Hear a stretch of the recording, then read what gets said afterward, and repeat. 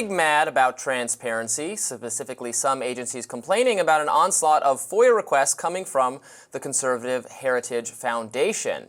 The think tank that drew some national attention for being behind Project 2025 has been submitting thousands of FOIA requests to more than 24 agencies. Conservatives say that it's important to ensure that government agencies are willing and able to carry out conservative policy if Trump returns to the White House. But critics contend that this is an effort to root out dissenting government employees and stop them from doing their jobs.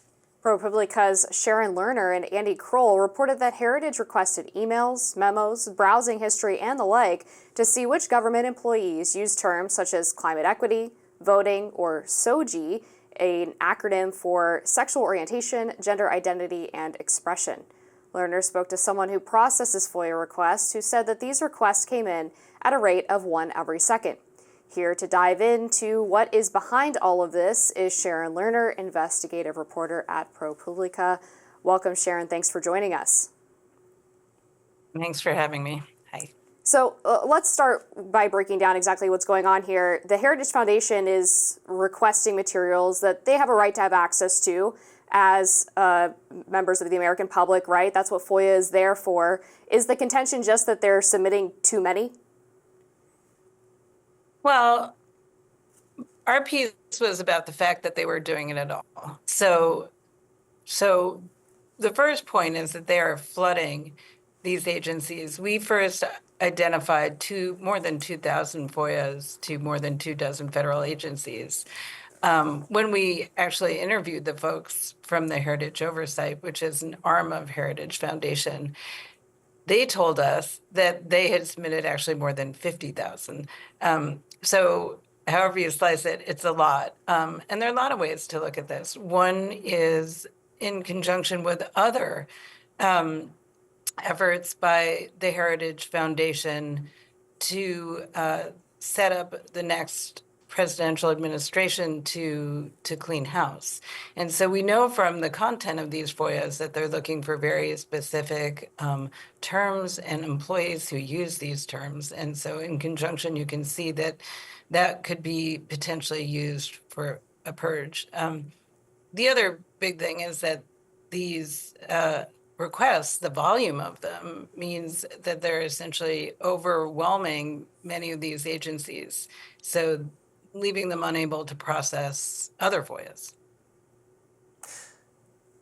But I guess, how would you respond to the idea, if it's the Trump administration, if Trump returns to power, there's going to be progressive and left-wing groups, right, filing tons of FOIA requests, I expect, about what the administration, what the agencies are up to, and that's, appropriate and proper. So what is so malicious about what Heritage and right-wing groups are doing? What's malicious about that?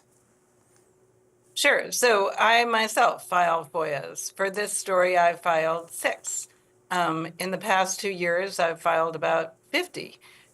This is another order of magnitude. So many, many more FOIAs. And the other thing is that they are very clearly trying to identify individual employees by specific buzzwords that conservatives find alarming, right? So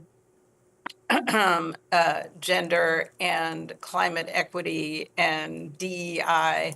And so it seems that they're not just looking for like when I or other reporters are working on stories, we might look for, there are certain records and you look for that date and an email that contains certain terms. And, this is more sweeping. And it does appear to be an effort to identify all employees that don't fit this very the loyalty, don't fit the Heritage Foundation's idea of what's acceptable. So again, looking often at climate, at DEI, at gender, and then looking also at lists of employees. So a lot for every agency or many agencies, they're looking at kind of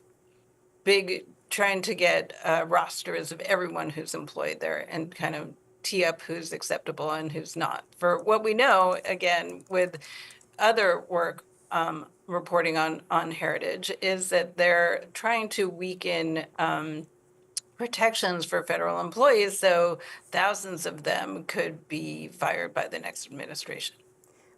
But it is the job of these government employees to carry out administration policy, right? And we know that there was a such thing known as the Trump resistance. The Washington Post wrote an article about it back in 2017, pointing out the steps that some government employees were taking to resist Trump policy, including leaking plans to change policy on their social media accounts. They had 180 employees sign up for a workshop dedicated to learning civil disobedience from within the administration.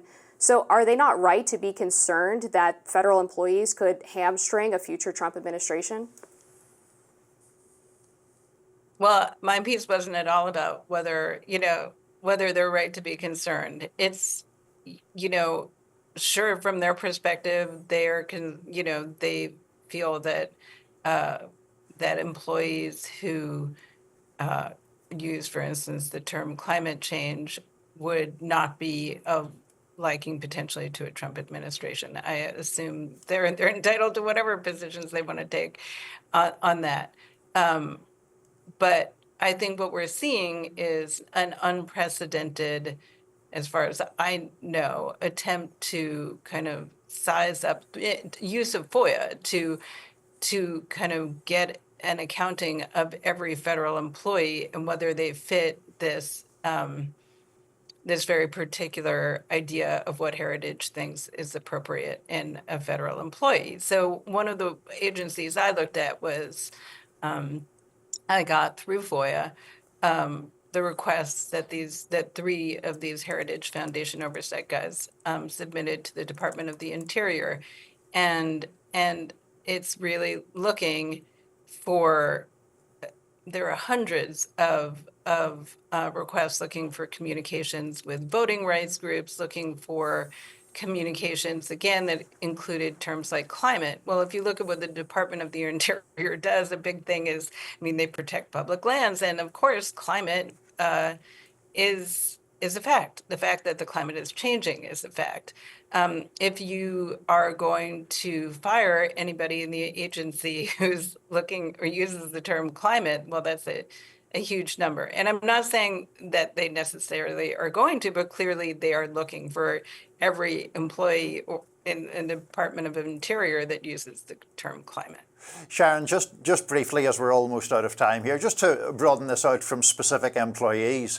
As I understand from your report, one of these requests was for the entire browser history of Deb Haaland, the Interior Secretary.